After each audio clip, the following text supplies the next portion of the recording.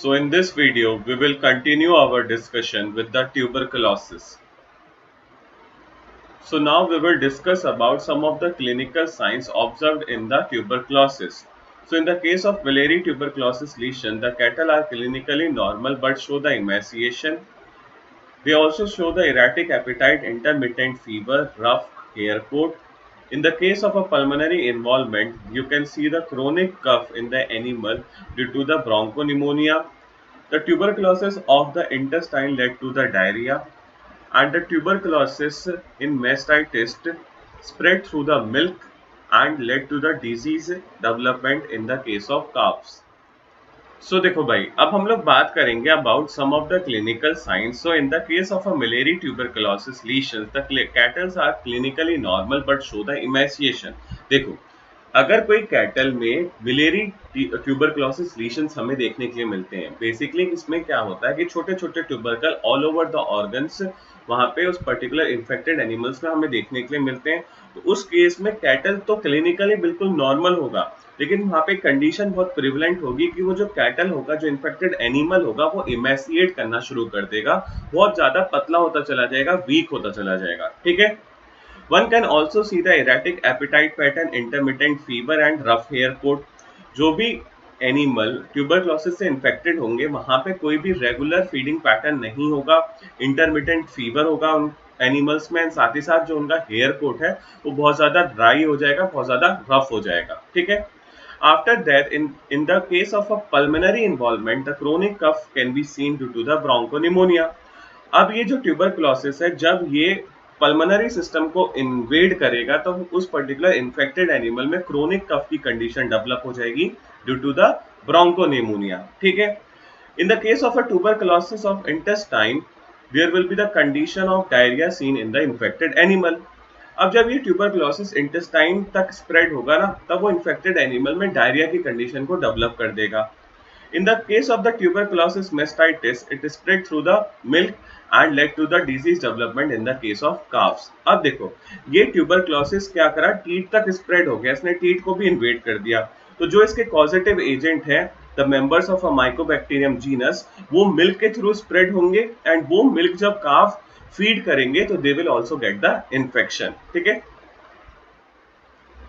So now moving on, we will discuss about the clinical signs that you may observe in the different animals suffering with the tuberculosis. So first of all, in the case of a pigs, the tuberculosis lesions are confined to the lymph node of the head and the neck region, and it will spread to the cervical lymph node that will rupture and discharge the purulent material outside. The tuberculosis involvement of the meninges and the joints are most common in the pigs. In the case of a horse, the involvement of the cervical vertebrae, in which a painful osteomyelitis causes stiffness of the neck and inability to eat from the ground. In the case of a sheep and a goat, one can observe the bronchopneumonia that will develop a cough and terminal dyspnea condition in a suffering sheep and goat. One can also see the intestinal ulceration that will lead to the diarrhea and enlargement of the LNS of the alimentary tract. So देखो भाई, अब हम उन clinical science की बात करेंगे which you can observe in different animals suffering with the tuberculosis.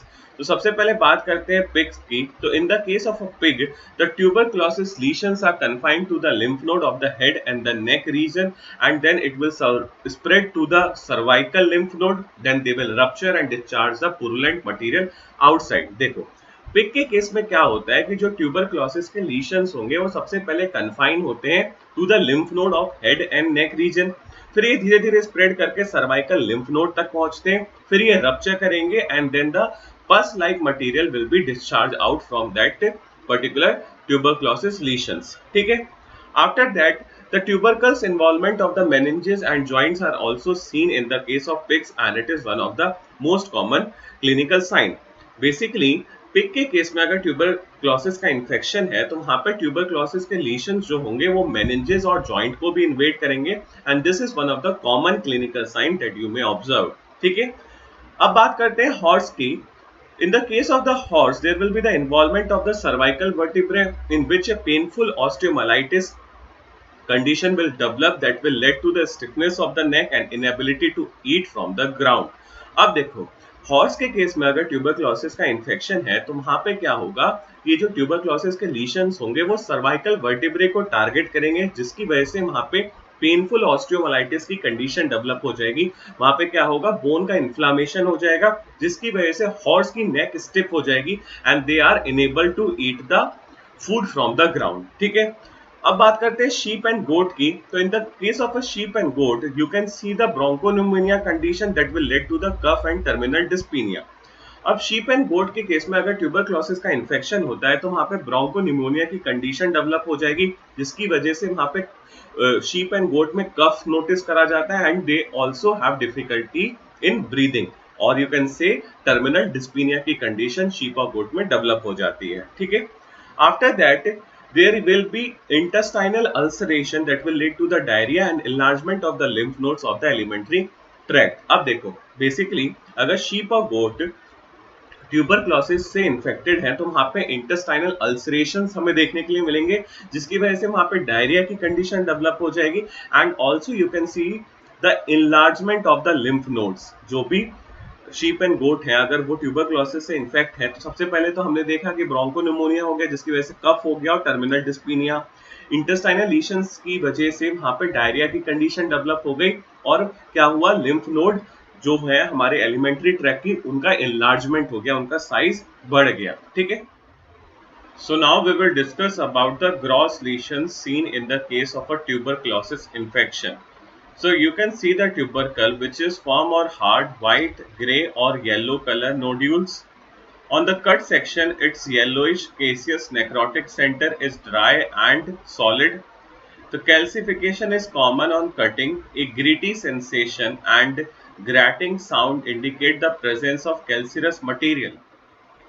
सो देखो भाई अब हम लोग बात करेंगे about the gross lesion. So simply the tubercle is firm, hard and white, grey और yellow colour nodules can be observe. देखो जो भी एनिमल टीबी से सफर करते हैं उनकी ऑल ओवर बॉडी ऑर्गन्स में आपको ट्यूबरकल्स देखने के लिए मिलेंगे and there will be nodule formation also. ठीक है, अभी जो ट्यूबरकल होते हैं बहुत ही फर्म होते हैं, हार्ड होते हैं स्ट्रक्चर वाइज, और ये जो नोड्यूल्स होते हैं इनका कलर वेरी करता है फ्रॉम व्हाइट, ग्रे और येलो कलर। ठीक है, On the cut section, its yellowish caseous necrotic center is dry and solid. जब आप इन नोड्यूल्स को कट डाउन करोगे तो वहां पे आपको ड्राई और सॉलिड केशियस नेक्रोटिक सेंटर देखने के लिए मिलेगा जिसका कलर येलो होता है। ठीक है, moving on, the calcification is common on cutting. A gritty sensation and grating sound indicate the presence of a calcareous material. अब बेसिकली नोड्यूल्स में क्या है और इन ट्यूबरकल्स में क्या है ना, कैल्सिफिकेशन रिपोर्ट करी जाती है। जब भी आप इनको काटोगे तो वहां पे आपको ग्रीटी सेंसेशन, कुछ किड़किड़ाने की आवाजें आएंगी, जिससे ये कंफर्म हो जाता है कि यहाँ पे कोई कैल्सियस मटेरियल का डिपोजिशन है। ठीक है, moving on, sometimes a tubercle breaks into the blood vessels that lead the bacilli get lost in the capillaries of the parenchyma of the visceral organs, where they given rise to the innumerable tubercles of about 2 to 3 millimeter in diameter and all of the same age and size, like a millet seed sprinkled on the organ surface, that lead to the miliary tuberculosis and which will be proved fatal. You can also notice the pulse disease, that is tuberculosis of the serous membrane, that is characterized by the small rounded greyish elevated lesions and occur chiefly in the case of a cattle. So देखो भाई, sometimes a tubercle breaks into the blood vessel, bacilli get lost in the capillaries of the parenchyma of the visceral organ, which give rise to the innumerable tubercles of size 2 to 3 millimeter in diameter. देखो basically क्या होता है कि मैंने आपको बताया है कि जो भी एनिमल टीबी से सफर करते हैं वहां पे ट्यूबरकल फॉर्मेशन देखा जाता है। कभी कभी क्या होता है कुछ केसेस में ये ट्यूबरकल ब्रेक हो जाता है ब्लड वेसल में, जिसकी वजह से जो भी बैक्टीरिया ट्यूबरकल में प्रेजेंट थे वो क्या होते हैं, कैपिलरीज में चले जाते हैं and then to the parenchyma of the visceral organ, जिसकी वजह से इनॉर्मस अमाउंट में ट्यूबरकल फॉर्मेशन हो जाता है इन द विसरल ऑर्गन, और जिनका size around 2 to 3 millimeter in diameter होता है। You can compare the size of these tubercle with the size of a millet seed, जिसकी वजह से वहां पे मिलेरी ट्यूबरक्लोसिस की कंडीशन डेवलप हो जाती है and which will prove to be fatal। जब मिलेरी ट्यूबरक्लोसिस की कंडीशन किसी भी एनिमल में डेवलप हो गई, इवेंचुअली उसकी डेथ होनी पक्की है। ठीक है, देखो भाई, अब क्या है कि जो भी एनिमल्स ट्यूबरकुलोसिस से सफर कर रहे हैं वहां पे पर्ल डिजीज की कंडीशन को भी नोटिस करा गया है। बेसिकली पर्ल डिजीज में क्या है कि एक ऐसा ट्यूबरकुलोसिस है जो कि सीरस मेम्ब्रेन पे डेवलप हुआ, जिसकी वजह से सीरस मेम्ब्रेन पे छोटे छोटे राउंड शेप एलिवेटेड लीशंस डेवलप हो गए, और ये पर्ल डिजीज चीफली आप कैटल के केस में रिपोर्ट करोगे। ठीक है, so these pictures depict the gross lesions in the case of a tuberculosis, and here you can see the small nodule and the tubercle formation all over the visceral organ of an infected animal. So now moving on, we will discuss about the microscopic lesions. So simply the characteristic lesion is the tubercle. It is the classical granuloma composed of the collection of neutrophils, macrophages, epithelioid cells, multinucleated giant cells surrounded by a rim of a fibrosis with scattered lymphocytes, and the center of a granuloma is usually necrotic, especially the caseous necrotic can be reported, and it is calcified. The fusion of the epithelioid cells lead to the formation of a multinucleated giant cell up to 50 microns in diameter. These are called the Langerhans giant cell, in which the nucleus are arranged in the ring or the sickle shaped at the periphery of the cell. देखो भाई, अब हम लोग बात करेंगे about the microscopic लीशन। Simply the characteristic लीशन is tubercle. It is classical granuloma composed of a collection of a neutrophil, macrophage, epithelioid cells and multinucleated giant cell surrounded by a rim of fibrosis with scattered lymphocyte center. Granuloma is usually caseous, necrotic and calcified. देखो, basically जो भी animal tuberculosis से सफर करेंगे वहां पे characteristic लीशन है, and it is tubercle formation. अभी जो ट्यूबरकल है क्लासिकल ग्रेनुलोमा है, क्लासिकल ग्रेन्यूल का एग्जांपल है जिसके अंदर कई सारे सेल होते हैं। बेसिकली आपको ट्यूबरकल में न्यूट्रोफिल भी देखने के लिए मिलेगा, मैक्रोफेज भी देखने के लिए मिलेंगे, एपिथेलॉइड सेल्स भी देखने के लिए मिलेंगे, मल्टीन्यूक्लिएटेड जाइंट सेल्स भी देखने के लिए मिलेंगे, and these all cells are present inside the tubercle and surrounded by a rim of a fibrosis, जिसके अंदर आपको स्कैटर्ड लिम्फोसाइट्स भी देखने के लिए मिलेंगी, एंड द सेंटर जो होता है इस पर्टिकुलर ग्रेनुलोमा का, पर्टिकुलर ट्यूबरकल का, जिसके अंदर सारे सेल प्रेजेंट है, वो केशियस नेक्रोटिक होता है, और वहां पे कैल्सिफाइड और कैल्सीरस मटेरियल का डिपोजिशन भी देखा जाता है। ठीक है, after that the fusion of epithelioid cell lead to the formation of a multinucleated giant cell of up to 50 microns in diameter. अब बेसिकली जो एपिथेलॉइड सेल्स उस ट्यूबरकल के अंदर प्रेजेंट थे वो क्या करते हैं, एक दूसरे के साथ फ्यूज हो जाते हैं, जिसकी वजह से एक मल्टीन्यूक्लिएटेड जाइंट सेल का फॉर्मेशन होता है जिसका साइज 50 माइक्रोन्स इन डायमीटर तक हो सकता है। इस मल्टीन्यूक्लिएटेड जाइंट सेल को हम क्या कहते हैं, Langerhans giant cells, in which the nucleus are arranged in the ring or the sickle shape at the periphery of the cell. अब ये जो Langerhans giant cell बना किसकी मदद से, फ्यूजन ऑफ एपिथेलॉइड सेल्स की मदद से। इसमें जो न्यूक्लियस होता है वो एक रिंग की फॉर्म में अरेंज होता है या तो सिकल शेप्ड होता है, आकर at the periphery of the cell. ठीक है,